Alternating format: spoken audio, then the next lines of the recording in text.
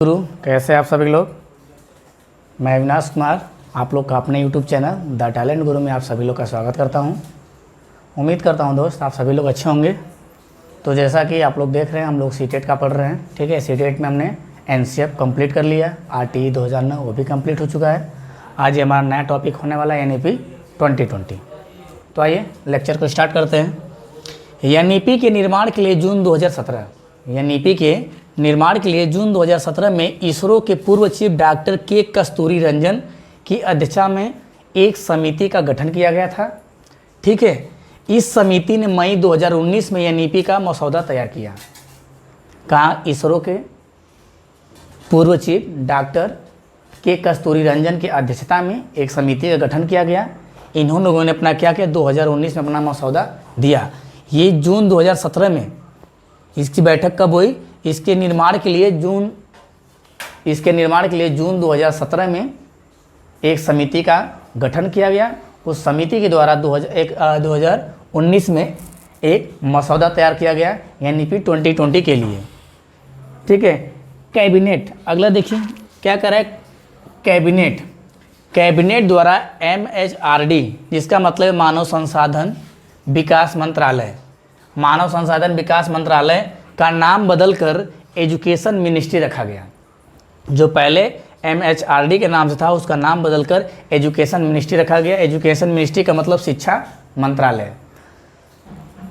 और जो पहले अवधारणा 10+2 एक 10+2 की शिक्षा की प्रणाली अब तक लागू की गई, ठीक है। 10+2 पहले चल रहा था लेकिन उसको चेंज करके अब नहीं चालू होगा। NEP में कहा गया कि 5+3+3+4 में विभाजित किया गया। जो 10+2 था उसको जो है 5, 3, 3 और 4 में डिवाइड किया गया नए NEP में। पहला जो 5 का है, 5 का क्या मतलब है? 5 का मतलब है फाउंडेशन कोर्स या फाउंडेशन स्टेज। इसमें क्या है, 5 वर्ष तक बालक इसी स्टेज में रहेगा, इसी में इसकी पढ़ाई चलेगी, जिसमें 3 साल वो आंगनबाड़ी में रहेगा। 3 साल वो आंगनबाड़ी में, और CBSE बोर्ड में जैसे UKG LKG वगैरह चलता है ना, उसी तरह 3 साल हमारा बच्चा आंगनबाड़ी में रहेगा, और जो 2 साल उसका बचेगा उसमें से कक्षा 1 और 2 में रहेगा। पहली स्टेज क्या है? फाउंडेशन स्टेज, जिसमें 5 वर्ष पूरा काउंट होगा। इसमें 3 वर्ष आंगनबाड़ी में और 2 वर्ष कक्षा 1 और 2 में बालक रहेगा। और इसमें जो भी शिक्षा दी जाएगी वह गतिविधियों के आधार पर दी जाएगी। जो भी चीज़ें इसमें सिखाई जाएगी वो किसके आधार पे? गतिविधियों के आधार पे। किताबी बोझ को कम करना, जो हमारा आंगनबाड़ी और जो 1 और 2 की जो कक्षा होगी उसमें क्या होगी, किताबी बोझ को कम करना है और शिक्षा की नींव रखनी है। शिक्षा का नींव रखना है बच्चे के लिए आपको ऐसे तैयार करना है गतिविधियों के आधार पे। जो भी सिखाएंगे आप गतिविधियों के आधार पे सिखाएंगे और उसको एक ऐसे तरीके से तैयार करेंगे जिसको शिक्षा में आगे के लिए क्या हो, अग्रसर हो। तो सेकेंड स्टेज हमारा क्या है? प्रिपरेटरी स्टेज है। इसमें 3 साल तक आएगा हमारा। इसमें कितना आएगा? 3 वर्ष। इसमें हमारा आएगा 3 वर्ष, और जिसमें बालक कक्षा 3, 4 और 5 में रहेगा। कक्षा 3 और 4 और 5 में रहेगा। इसमें क्या करना है? बच्चों को भविष्य के लिए तैयार करना है। आपको बच्चों को भविष्य के लिए तैयार करना है, और जो विज्ञान, गणित, कला, सामाजिक विज्ञान, ये जो भी सब्जेक्ट हैं आपको पर्यावरण के आधार पर जोड़ के पढ़ाना है, ठीक है। इसीलिए NCF पहले कौन सी अवधारणा चल रही थी? एकीकृत जो उपागम था 1975 में जो आया था प्रोफेसर ऋषिकेश सेनापति के द्वारा, उसमें क्या था, सामाजिक विज्ञान की अवधारणा चल रही थी। उस अवधारणा को क्या है NCF 2005 ने चेंज करके पर्यावरण की अवधारणा लागू की, जिसमें 3, 4, 5 के लिए तीनों क्लास के लिए एक पर्यावरण की बुक थी। उसके अंदर सारी चीज़ें क्या थी, इंक्लूड थी। तो उसी लिए कह रहा है कि पर्यावरण के आधार पर जोड़ के आपको क्या है, कक्षा 3 और 4 और 5 को पढ़ाना है। जो भी सब्जेक्ट आप चाहे गणित पढ़ाएं, चाहे विज्ञान पढ़ाएं, चाहे कला, सामाजिक विज्ञान, इन सबको पर्यावरण के आधार पे आपको जोड़ क्या करना है, पढ़ाना है, ठीक है। तो हमने क्या देखा, NEP 2020 किसके अध्यक्षता में पूर्व चीफ थे, कहाँ के? इसरो के पूर्व चीफ थे। इनके अध्यक्षता में एक गठन किया गया। ये 2017 में गठन किया गया। 2019 में इन्होंने मसौदा तैयार किया और कैबिनेट के द्वारा मानव संसाधन मंत्रालय का नाम बदल के शिक्षा मंत्रालय कर दिया गया। जो पहले 10+2 की अवधारणा थी उसको अब 5+3+3+4 में विभाजित किया गया। 5 का मतलब ये है फाउंडेशन स्टेज, जिसमें 5 वर्ष के बालक आएंगे, उसमें 3 वर्ष आंगनबाड़ी में बालक पढ़ेगा और 2 वर्ष कक्षा 1 और 2 में। और इसमें क्या करना है, किताबी बोझ को कम करना है और शिक्षा की नींव रखना है। किसके आधार पे, गतिविधियों के आधार पे जोड़ के। अगला था हमारा प्रिपरेटरी स्टेज, जिसमें 3 वर्ष के बालक आएंगे, कक्षा 3, 4 और 5। इसमें जो भी सब्जेक्ट आप पढ़ाएंगे उसको पर्यावरण से जोड़ के सिखाएंगे और बच्चों को एक अच्छे भविष्य के लिए आप क्या करेंगे, तैयार करेंगे। आइए आगे थोड़ा और देख लेते हैं, इसके आगे क्या है। अगला हमारा है मिडल। क्या है मिडल? मिडल में क्या आता है, 3 वर्ष के बालक आते हैं। 3 वर्ष के बालक किस किस क्लास में रहेंगे, कक्षा 6, 7 और 8 में। जो +3 का मतलब है कक्षा 6, 7, 8। इसमें क्या होगा कि एक निश्चित पाठ्यक्रम आधारित और साथ में कंप्यूटर सिखाया जाएगा। आप देखेंगे कक्षा 6, 7, 8 में जितने भी विद्यार्थी होंगे उसमें एक निश्चित पुस्तक चलती है और निश्चित किताब के साथ आप जो नई शिक्षा नीति NEP 2020 आएगी उसके साथ साथ कक्षा 6, 7 और 8 में कंप्यूटर भी सिखाया जाएगा। अब तक कंप्यूटर नहीं सिखाया था, लेकिन अब हर स्कूल में, सरकारी स्कूल में अब कंप्यूटर भी सिखाया जाएगा और जो सब्जेक्ट पहले से पढ़ाए जा रहे थे उसके साथ साथ कंप्यूटर भी सिखाया जाएगा। अब तक कंप्यूटर नहीं था। अगला है सेकेंडरी स्टेज। सेकेंडरी में क्या होता है, 4 तक आता है, इसमें +4 है इसका। इसमें 9, 10, 11, 12 के स्टूडेंट आते हैं। किसके आते हैं, 9, 10, 11 और 12।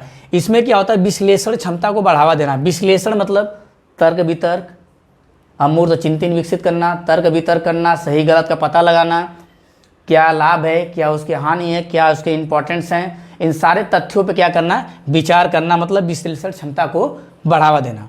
बड़े लक्ष्यों को प्राप्त करने के लिए प्रेरित करना, मतलब देखेंगे कक्षा 9, 10, 11, 12 में आगे भविष्य में बालक क्या बनना चाहता है, उसका वो क्या होगा, लक्ष्य होगा। उस लक्ष्य को प्राप्त करने के लिए आप क्या करेंगे, अंदर से उसे प्रेरित मतलब अंदर से क्या करेंगे, उसे तैयार करेंगे। प्रेरित मतलब अंदर से तैयार करना, उसके लक्ष्य को प्राप्त करने में आप उसे क्या करेंगे, हेल्प करेंगे। आगे कह रहा है संकाय व्यवस्था समाप्त करना। संकाय व्यवस्था, संकाय का मतलब क्या होता है कि art science, science side, commerce, जो ये अलग अलग जो चल रहे थे अब तक, जो भी अलग अलग अवधारणा थे कि साइंस साइड वाले बच्चे अलग, आर्ट साइंस वाले अलग, कॉमर्स वाले अलग। साइंस साइड में क्या होता था, केमिस्ट्री, फिजिक्स, मैथ, बायो, अलग अलग सब्जेक्ट होते थे। इसमें भी बायो ग्रुप आता था, फिर मैथ ग्रुप आता था। ऐसे आर्ट साइंस में सोशल अलग चला जाता था, कॉमर्स अलग चला जाता था, आर्ट में ये सब अलग अलग चीज़ें थे। इस अवधारणा को क्या करना है, आप समाप्त करना है। अब कोई ऐसा नहीं रहेगा कि कोई किसी को नहीं कह सकता कि आप आर्ट साइंस से या साइंस साइड से हैं। ठीक है। नए पुल का निर्माण करना, मतलब नए तरीके से उसे सीखने के लिए नई चीज़ों का निर्माण करना, नए पुल का निर्माण करना। मल्टीपल सब्जेक्ट ले सकते हैं। कहने का सेंस ये है कि आप अगर साइंस, आर्ट साइंस, ये सब चीज़ें खत्म हो जाएगी। अगर आप 9, 10, 11, 12 में अगर जैसे ही 9 में एंट्री लेते हैं, अगर आपको मैथ आता है तो मैथ पढ़िए, साइंस आता है तो साइंस पढ़िए। जो सब्जेक्ट आपको सही लगे वो सब्जेक्ट आप ले सकते हैं। पहले क्या था कि साइंस साइड में 2 ग्रुप होता था, एक मैथ ग्रुप और एक बायो ग्रुप।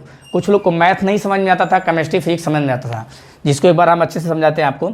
अगर मैथ ग्रुप था तो मैथ में क्या था कि केमिस्ट्री, फिजिक्स और मैथ, 3 चीज़ें होती थी मैथ वाले में। और आपका एक बायो ग्रुप था जिसमें कि बायोलॉजी था और केमिस्ट्री, फिजिक्स भी आता था। तो इसमें क्या था, अगर आपको मैथ सही लगता है, मैथ के साथ साथ आप बॉटनी, जियोलॉजी होता है ना, तो चाहे तो आप इसमें से इसमें और इसमें का इसमें भी सब्जेक्ट, किसी से भी सब्जेक्ट आप ले सकते हैं। आपका मन करे तो हिंदी के साथ मैथ पढ़ सकते हैं, आपका मन करे कि मैथ के साथ संस्कृत पढ़ना तो मैथ के साथ संस्कृत भी पढ़ सकते हैं। अब इसमें कोई साइंस साइड, आर्ट साइंस और कॉमर्स ऐसा कुछ भी नहीं लिखा जाएगा। ये कह रहा है नए पुल का निर्माण करना है। मल्टीपल सब्जेक्ट मतलब होता है आपको जो सब्जेक्ट पसंद हो सब्जेक्ट लेके पढ़ सकते हैं। अब किसी के डिग्री पे science side, art science, commerce लिखा नहीं रहेगा। मतलब आप इस बात समझ में आपको आ गई होगी कि अगर आप हिंदी के साथ साथ मैथ पढ़ना चाहते हैं, केमिस्ट्री अगर आप मान लीजिए BSc कर रहे हैं तो BSc में आप मैथ पढ़ रहे हैं, मैथ के साथ आपको मन कर रहा है कि केमिस्ट्री छोड़ दें, हिंदी पढ़ लें, तो ये आपको हो सकता है। इन सारी चीज़ों को क्या करना है, ख़त्म हो जाएगा। आप उसमें मल्टीपल सब्जेक्ट आप ले सकते हैं। आगे ये NEP 2020 के आधार पर महत्वपूर्ण तथ्य या महत्वपूर्ण बिंदु कह सकते हैं कि इसके महत्वपूर्ण तथ्य क्या है, बिंदु क्या है, किस इसका आधार क्या है, मेन बनाने का इसका उद्देश्य क्या है, ये किस लिए बनाया गया, उसके बारे में देखते हैं। 5वीं तक की शिक्षा, जो कक्षा 5 तक जो आप आंगनबाड़ी में 3 साल पढ़ाएंगे, 2 साल 1 और 2 में पढ़ेगा, 5 साल बच्चा क्या 3 साल आंगनबाड़ी में, आंगनबाड़ी पे गतिविधियों के आधार पर सिखाना है। तो आपका 5 साल का जो बच्चा होगा, 5 साल का जो बच्चा होगा, जो 1 से 2 तक आंगनबाड़ी और 1 से 2 तक जो भी उसकी शिक्षा दी जाएगी वो उसके स्थानीय भाषा जो उसकी बोलचाल की भाषा है, जो मातृभाषा है, जो अपने घर परिवार आसपास पड़ोस जहाँ पे वो जिस भाषा में बात कर रहा है उसी भाषा में क्या करना है, आपको पढ़ाना है। क्या कर रहा है, 5वीं तक की शिक्षा, कक्षा 5 की बात कर रहा है। हमने 3 पढ़ा था, एक तो आंगनबाड़ी, फिर 1 2, फिर उसके बाद 3 4 5। तो 5 तक की जो शिक्षा होगी उसको उसके मातृभाषा, स्थानीय भाषा या उसके बोलचाल की भाषा से आपको क्या करना है, भाषा में पढ़ाई होगी। जब अब नए नए सीबीएसई बोर्ड स्कूल खुल गए हैं, इस सीबीएसई बोर्ड में क्या करते हैं, यूकेजी एलकेजी 1 2 3 4 में 5 में सारी बुकें इंग्लिश में कर दी गई हैं। सारी बुक क्या है, इंग्लिश में। यूपी बोर्ड में क्या है, सारी बुक हिंदी में। तो इस अवधारणा को क्या करना है, ख़त्म करना है। ये अवधारणा खत्म हो जाएगी। 1 से 5 तक बालक का मन, और बालक चाहे तो हिंदी में आंसर दे सकता है, चाहे तो अंग्रेजी में आंसर दे सकता है। पहले क्या था कि अगर कोई क्वेश्चन अगर हिंदी में था तो उसे हिंदी में देते थे, अगर अंग्रेजी में था तो क्वेश्चन का आंसर हम अंग्रेजी में देते थे। अगर अंग्रेजी का क्वेश्चन में अगर हम हिंदी में लिख देते थे तो क्या किया जाता था, हमको वो आंसर हमारा गलत माना जाता था और हमको 0 नंबर मिलता था। क्या, हमको अंडा पकड़ा दिया जाता था। अगर अंग्रेजी क्वेश्चन को हम हिंदी में लिख देते थे तो हमको अंडा मिलता था, मतलब 0 नंबर मिलता था। लेकिन अब ऐसा नहीं है। बालक का मन करेगा तो हिंदी में लिखे, अगर उसका मन है तो अंग्रेजी में लिखे, जिसमें वो सक्षम है उस भाषा में वो आंसर लिखेगा और आपको उसी भाषा को क्या करना है, एक्सेप्ट करना है। तो बात समझ में आई। कक्षा 5 तक मातृभाषा, स्थानीय भाषा, उसके बोलचाल की भाषा में पढ़ाना है। ठीक है, अगला पॉइंट कह रहा है अंग्रेजी में पढ़ाई की अनिवार्यता नहीं होगी। जो अब तक सीबीएसई बोर्ड जो अवधारणा बना के रखा है कि सीबीएसई बोर्ड बस इंग्लिश के लिए, अंग्रेजी के लिए जानी जाती है, यूपी बोर्ड हिंदी के लिए, अब इसको समाप्त किया जाएगा। अब अंग्रेजी एक सब्जेक्ट के रूप में पढ़ाई जाएगी। जैसे पहले अंग्रेजी के एक सब्जेक्ट होता था, वैसे ही चाहे सीबीएसई बोर्ड स्कूल हो चाहे यूपी बोर्ड स्कूल हो, 1 से 5 तक अंग्रेजी बस केवल एक सब्जेक्ट के रूप में पढ़ाई जाएगी, अगर नया एनईपी लागू होता है तब। अगला क्या कह रहा है, एक विषय के रूप में पढ़ाया जाएगा। अगला कह रहा है 6वीं कक्षा से कंप्यूटर सीखना का अवसर मिलेगा। हमने ऊपर ही बताया कि कक्षा 6 से आपको कंप्यूटर सीखने का अवसर मिलेगा। और उस कंप्यूटर में क्या क्या सीखेंगे आप, जिसमें विद्यार्थी कंप्यूटर कोडिंग सीख सकता है। कंप्यूटर के अंतर्गत जितने नॉर्मल चीज़ें आती है सारी चीज़ आपको 6 7 8 में सिखा दी जाएगी, जिसके लिए आप अलग से CCC वगैरह वगैरह कोर्स करते हैं, वो सारा कुछ आपको 6 7 8 में सीखने के लिए मिल जाएगा भविष्य में। ठीक है, अगला क्या कह रहा है कि विशेष रुचि होने पर इंटर्नशिप का अवसर प्रदान किया जाएगा। इंटर्नशिप का सेंस क्या है, अगर विशेष रुचि, अगर कोई बालक पढ़ने के साथ साथ खेलना चाहता है, पढ़ने के साथ साथ खेलने में उसकी रुचि है, पढ़ने के साथ साथ उसका ड्राइंग में रुचि है, पढ़ने के साथ साथ उसको मूर्ति बनाना, कला करना, इन सब में रुचि है, तो उसके साथ साथ उसको भी क्या है, आगे बढ़ाने का अवसर, उसे भी आप क्या है, सीखने का अवसर प्रदान किया जाएगा स्कूल में। ठीक है, अगर पढ़ाई के साथ साथ तो किसी और चीज़ में रुचि रखता है तो उसमें भी उसको क्या हेल्प किया जाएगा। अगला कह रहा है कि नौवीं अगला क्या कह रहा है कि 9वीं व 12वीं 9 और 12 तक परीक्षा सेमेस्टर प्रणाली द्वारा या मॉड्यूल आधारित होगा। जो 9 10 11 12 की जो परीक्षा होगी वो आप सेमेस्टर वाइज स्टार्ट हो जाएगी। सेमेस्टर वाइज पेपर होता चला जाएगा और वो पेपर लास्ट में ऐड होकर फिर उसको नंबर मिलेगा। ठीक है, अगला कह रहा है कि संरचनात्मक समझ, संरचनात्मक मतलब नई चीज़ों का निर्माण करना, सृजन करना, नई चीज़ बनाना, वैज्ञानिक खोज करना, दृष्टिकोण, वैज्ञानिक दृष्टिकोण निर्माण करना। तो समझ का मतलब होता है कि नई चीज़ों पे क्या करना, नई चीज़ बनाने पर उसके अंदर क्या करना, एक आपके अंदर डेवलप करना माइंड। तो कह रहा है संरचनात्मक समझ पर जोर देना, आपको इस आधार पे पढ़ाना है, गतिविधि के आधार पे जोड़ के पढ़ाना, जैसे मैंने पहले बताया, जिसके अंदर बच्चा नई चीज़ों का निर्माण कर सके। ठीक है, अन्ना की रटन प्रणाली तथा परीक्षा के लिए आप जो भी पढ़ाई करेंगे उस पर आप क्या है, बच्चों को रटवाएंगे नहीं, पहली बात। और दूसरी बात यह है कि बस अब जो भी पढ़ाएंगे वो परीक्षा के उद्देश्य हेतु नहीं रहेगा कि आप जो पढ़ाएंगे वो परीक्षा में ही काम दे। आपको ऐसे पढ़ाना है कि बच्चा परीक्षा के साथ साथ अपने दैनिक जीवन भी उस चीज़ों को यूज कर सके और अपने रेगुलर लाइफ में उसे इंक्लूड कर सके। तो आप जो भी चीज़ पढ़ाएंगे उसके अंदर एक ऐसी समझ पैदा करेंगे कि जिससे वो नई चीज़ों का निर्माण कर सकें, ना कि केवल रटने पर जोर देना, ना कि परीक्षा के लिए तैयार करना। आज तक जो भी चीज़ें पढ़ाई जाती हैं बस भैया ये पढ़ लो, एग्जाम में ये आने वाला, ये पढ़ लो, ये ऐसी पढ़ाई नहीं होगी। प्रयोगात्मक पढ़ाई होगी आज का। आप क्या होगा, प्रयोगात्मक ढंग से पढ़ाना है कि उसे आप अपने लाइफ में कैसे यूज कर सकते हैं और कैसे उन चीज़ों से बच सकते हैं, क्या क्या उसके लाभ हैं, क्या क्या उसके हानि हैं, उससे क्या नई चीज़ों का आप निर्माण कर सकते हैं। अब ऐसी समझ आपको क्या है, बालक के अंदर विकसित करनी है, ना कि परीक्षा प्रणाली, ना कि रटन प्रणाली पे जोर देना। आइए और कुछ देखते हैं आगे इसके बाद। आगे देखिए, आगे क्या था हमारा, थोड़ा सा बचा हुआ था। छात्रों के व्यवहार, उनके पाठ्य सहगामी क्रियाओं के अवलोकन पर ध्यान। बालक के व्यवहार पर, और बालक जब पढ़ाई कर रहा है उस समय आपको क्या करना है, देखना है उसके, क्योंकि वो छात्रों के व्यवहार, उनके पाठ्य सहगामी क्रियाओं के अवलोकन पर ध्यान देना। रिजल्ट का निर्माण बालक के समग्र अवलोकन द्वारा किया जाएगा। जो आप रिजल्ट बनाएंगे बालक का, वो उसके समग्र अवलोकन द्वारा, कि उसका घर परिवार, आस पड़ोस, विद्यालय में अध्यापक और जो उसके सहपाठी हैं उसके प्रति क्या उसका व्यवहार है, उसको भी ध्यान में रखते हुए आप क्या करेंगे, उसका मूल्यांकन करेंगे या उसका अवलोकन करके उसका मूल्यांकन करेंगे। सीखने के सतत मूल्यांकन पर जोर देना। सीखने के सतत मूल्यांकन मतलब आपको साप्ताहिक टेस्ट, मंथली टेस्ट, या पढ़ा रहे हैं तो पढ़ाते समय किसी बालक से उठा के उसमें खड़ा करवा के पूछना, ये क्या हो जाएगा हमारा सतत मूल्यांकन। तो सीखने के लिए सतत मूल्यांकन पर जोर देना, ना कि साल के अंत में होने वाले परीक्षा को केंद्र में रखकर शिक्षण हो। ठीक है, अगर आप सतत मूल्यांकन करेंगे तो बालक जो चीज़ नहीं समझ पाएगा, आप अपने शिक्षण विधियों में चेंजेस ला सकते हैं, सिखाने के तौर तरीके में क्या करेंगे, चेंजेस ला सकते हैं। अगर आप सतत मूल्यांकन न करके व्यापक मूल्यांकन करते हैं, साल के अंत में परीक्षा लेते हैं, छमाही या सालाना, उसके बाद आप जब सालाना परीक्षा लेंगे या जब छमाही परीक्षा लेंगे, उसके बाद अगर बालक में प्रोग्रेस नहीं हुआ है, अगर वो अच्छी तरीके से जो आप सिखाएं नहीं सीख पाया है, नहीं समझ पाया है, तो फिर से दोबारा सिखाने में आपको ज़्यादा समय लग सकता है। इसलिए व्यापक मूल्यांकन पे या साल के अंत या छमाही परीक्षा पे जोर न देके, उसके आधार पर मूल्यांकन न करके उसका सतत मूल्यांकन लगातार हमेशा आपको करना चाहिए। एक बार फिर देख लेते हैं कि सीखने के लिए सतत मूल्यांकन पर जोर देना, ना कि साल के अंत में होने वाले परीक्षा को केंद्र में रखकर शिक्षण हो। और मूल्यांकन का उद्देश्य बच्चों में सीखने की प्रक्रिया में मदद करना। ये कह रहा है कि आप जो मूल्यांकन करेंगे, मूल्यांकन का उद्देश्य क्या होना चाहिए। हमने एनसीईआरटी में पढ़ा था कि मूल्यांकन के उद्देश्य क्या होते हैं। मूल्यांकन का उद्देश्य ये होता है कि किसी भी बालक का अगर आप मूल्यांकन कर रहे हैं तो उसका उद्देश्य ये होता है कि बालक कितना सीखा और कितना अभी सीखना बाकी है।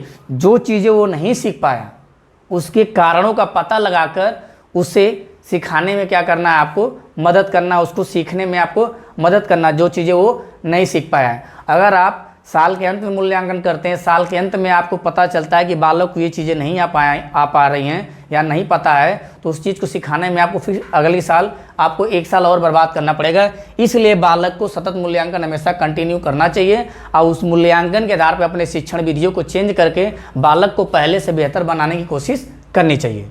ठीक है, स्कूल में मूल्यांकन फॉर्मेटिव होना चाहिए, ना कि समेटिव। फॉर्मेटिव मतलब ये हो गया कि आपको लगातार छोटे छोटे साप्ताहिक टेस्ट, मंथली टेस्ट लेने चाहिए, ना कि साल के समय। समेटिव मतलब ना कि साल के अंत में। अगर साल के अंत में लेंगे एग्जाम तो साल के अंत में आपको पता चल पाएगा कि बालक क्या क्या चीज़ें नहीं सीख पाया है, और उसके बाद उसको सुधारने में आपको एक साल और लग जाएगा, 2-4-6 महीना, मतलब उसका एक साल बर्बाद हो जाएगा। इसलिए आपको कंटिन्यू मूल्यांकन उसका करना चाहिए, उसके व्यवहार को देखना चाहिए और उसको जो चीज़ें आप पढ़ाएं वो कितना सीखा, कितना भी बाकी है, जो चीज़ें नहीं सीख पाया उसको आप कैसे सिखा सकते हैं। इसके लिए आपको अपने शिक्षण विधियों में क्या करना पड़ेगा, चेंज करना पड़ेगा।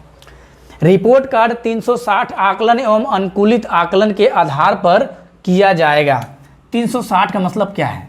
360 जो रिपोर्ट कार्ड आप तैयार करेंगे, जो आप रिजल्ट बालक का तैयार करेंगे, वो 360 का आकलन एवं अनुकूलित आकलन के आधार पर होना चाहिए। अनुकूलित मतलब जहाँ पे बालक अपने आप को अच्छा महसूस करे, जहाँ पे उसे आज़ादी हो अपने विचारों को रखने के लिए, जहाँ पे उसे उसके विचारों को महत्व दिया जाए, जहाँ पे उनकी आवाज़ को सुना जाए, ना कि दबाया जाए, ऐसे क्षेत्र में आपको रख के, ऐसे जगह पे रख के क्या करना है, बालक का आकलन करना है। कि आकलन का मतलब होता है मापना।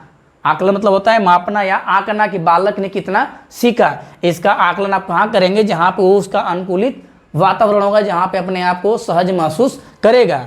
360 का मतलब होता है उसके हर पक्ष को देखते हुए आपको आकलन करना है, चाहे वो सामाजिक हो, चाहे वो शारीरिक हो, चाहे वो मानसिक हो, उसके घर परिवार में क्या उसका व्यवहार है, उसके स्कूल में उसके दोस्त यार और अध्यापक के प्रति क्या व्यवहार है, खेल कूद में उसका क्या स्थान है, पढ़ाई लिखाई में क्या स्थान है, दूसरों के प्रति वो क्या सोचता है। ठीक है, इन सारे चीज़ों को ध्यान में रखते हुए आपको क्या करना है, उसका रिपोर्ट कार्ड तैयार करना है। 360 का अंश का मतलब यही हुआ कि उसके शैक्षणिक के साथ साथ शैक्षणिक पक्षों को देखते हुए आपको क्या करना है, मूल्यांकन करना है। शैक्षणिक मतलब होता है जो आपने सिखाया हो, जो किताब में पढ़ाया हो, जो चीज़ें स्कूल में आके सीखा हो। शैक्षणिक मतलब जो स्कूल में सीखा है और जो स्कूल के बाहर सीखा है, घर परिवार परिवेश में जो अपने रह के सीखा है, उन सारे को ध्यान में रखते हुए आपको क्या करना है, मूल्यांकन।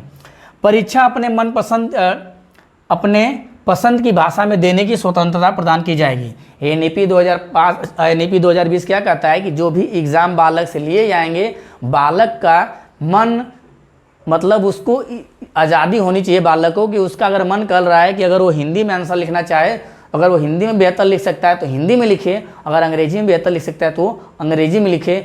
अगर हिंदी का क्वेश्चन है तो उसका मन हिंदी में कर रहा है, हिंदी में लिखे। अंग्रेजी क्वेश्चन है तो अंग्रेजी का भी क्वेश्चन अगर वो हिंदी में लिखना चाहता है तो उसे आज़ादी होनी चाहिए 1 से 5 तक। ठीक है, वो चाहे अपने मातृभाषा की लैंग्वेज में लिखना चाहे तो उसमें भी लिख सकता है, घर परिवार स्थानिक भाषा में लिखना चाहे तो उसमें भी उसको क्या हो जी, आज़ादी होनी चाहिए, आज़ादी दी जाएगी अगर एनईपी 2020 लागू होता है तब। पहले क्या था कि अगर अंग्रेजी के क्वेश्चन में अगर आप हिंदी से अंग्रेजी के क्वेश्चन का जवाब अगर आप हिंदी में दे देते थे तो आपको क्या 0 नंबर मिलता था। अभी इसके बारे में हमने बात किया है। अगला क्या कहता है कि छात्र स्वयं अपना व उनके सहपाठियों और शिक्षक तीनों मिलकर प्रत्येक विद्यार्थी का आकलन करेंगे। आकलन मतलब मूल्यांकन करेंगे। छात्र जो है अपना स्वयं से मूल्यांकन करेगा कि उसने कितना सीखा कितना नहीं सीखा, और उसके जो दोस्त आ रहे हैं, जो उसके सहपाठी हैं, उसके द्वारा भी पूछा जाएगा कि इसने क्या सीखा क्या नहीं सीखा, क्या इसका व्यवहार है, और अध्यापक द्वारा भी। तो मतलब जो बालक का रिपोर्ट कार्ड तैयार होगा, बालक का स्वयं आकलन, ठीक है, उसके सहपाठी द्वारा उसका किया गया आकलन और अध्यापक द्वारा किया गया आकलन, तीनों को ध्यान में रखते हुए उसका रिपोर्ट कार्ड तैयार किया जाएगा। पहले क्या था कि अध्यापक द्वारा जो रिजल्ट बना दिया जाता था वही रिजल्ट पास हो जाता था, उसी रिजल्ट पे काम होता था। लेकिन अब जो रिजल्ट स्कूल द्वारा बनाया जाएगा वो उसके सहपाठियों और उसके खुद के मूल्यांकन और उसके अध्यापक के मूल्यांकन के हिसाब से ही तैयार किया जाएगा। अब अगला क्या है, अगर कैट प्रणाली लागू, कॉमन एप्टीट्यूड टेस्ट, इसका सेंस क्या है कि अगर कोई बालक हाई स्कूल में हो चाहे इंटर में हो, अगर जिस भी क्लास में हो, अगर उसका रिपोर्ट तैयार, अगर आपको रिपोर्ट कार्ड तैयार करना है, उसका रिजल्ट तैयार करना है, तो मान लीजिए जो प्राप्तांक होने चाहिए, जो लगभग पास होने के लिए नंबर चाहिए, अगर उससे बालक का नंबर कम है तो जो भी नंबर चाहिए पास होने के लिए, अगर बालक का उससे नंबर कम है तो एक कॉमन टेस्ट होगा, एक कॉमन एप्टीट्यूड टेस्ट होगा। उस टेस्ट में जो नंबर पाएगा उस नंबर को उसके रिजल्ट में जोड़ के उसे पास कर दिया जाएगा। बात समझ आई कि अगर कोई बालक फेल हो रहा है, अगर लग रहा है कि ये फेल हो जाएगा, तो उसका जैसे आप एग्ज़ाम ले लिए, एग्ज़ाम के बाद अगर फेल हो रहा है तो एक कॉमन टेस्ट लेंगे सारे बच्चों का, जो बच्चे पास, जो फेल होने वाले हैं उनका वो कॉमन टेस्ट के हिसाब से उसको ऐड करके उसको पास किया जाएगा। क्योंकि परीक्षा में 10 से 12 क्वेश्चन 15 क्वेश्चन आते हैं, ये ज़रूरी नहीं है कि सारे क्वेश्चन हर बालक को आएँ। कभी कभी ये होता है कि पूरे एग्ज़ाम के दौरान हम लोग पूरे बुक पढ़ते हैं, बुक में 2 4 10 15 20 पॉइंट आपको एग्ज़ाम में पूछा जाता है और उससे ज़्यादा पॉइंट बुक में हमारे होता है। तो ये इसलिए कॉमन टेस्ट किया गया है कि अगर मान लीजिए अगर आप एग्ज़ाम में फेल हो गए, अगर एग्ज़ाम में पास नहीं हुए, अगर एग्ज़ाम में आपका नंबर कम आया, तो क्या पता जो क्वेश्चन आप पढ़ के गए होंगे वो क्वेश्चन आपके एग्ज़ाम में ना आया होगा। तो अगर आपको जो कॉमन टेस्ट होगा तो हो सके कि जो आपको आ रहा है वो आपको कॉमन टेस्ट में देखने के लिए वो क्वेश्चन मिल जाए, जिसके जरिए आपको कुछ ना कुछ नंबर मिल जाएगा और उस रिपोर्ट का जो रिपोर्ट कार्ड आपका तैयार होगा, इस कॉमन टेस्ट का नंबर भी उसमें जुड़ जाएगा, जिससे आपको पास कर दिया जाएगा। आगे देखिए कॉलेज स्तर पे क्या पढ़ाई होने वाली है। जो अब तक पढ़ाई चल रही थी ये चेंज हो गई, कॉलेज स्तर पे क्या होने वाला था, क्या होने वाला है। इसके लिए एकेडमिक देखिए मल्टी इंट्री और मल्टी एग्जैक्टिंग व्यवस्था लागू होगी। मल्टी इंट्री मतलब होता है कि हमने भी पीछे बात किया है कि आप अगर मैथ के साथ हिंदी पढ़ना चाहते हैं, मैथ के साथ इतिहास भूगोल पढ़ना चाहते हैं तो आप पढ़ सकते हैं, ये हो गया मल्टी इंट्री। अब कह रहा है मल्टी एग्जैक्टिंग, अगर आप किसी कारणवश अगर आपकी पढ़ाई बैचलर की चाहे जो भी हो, अगर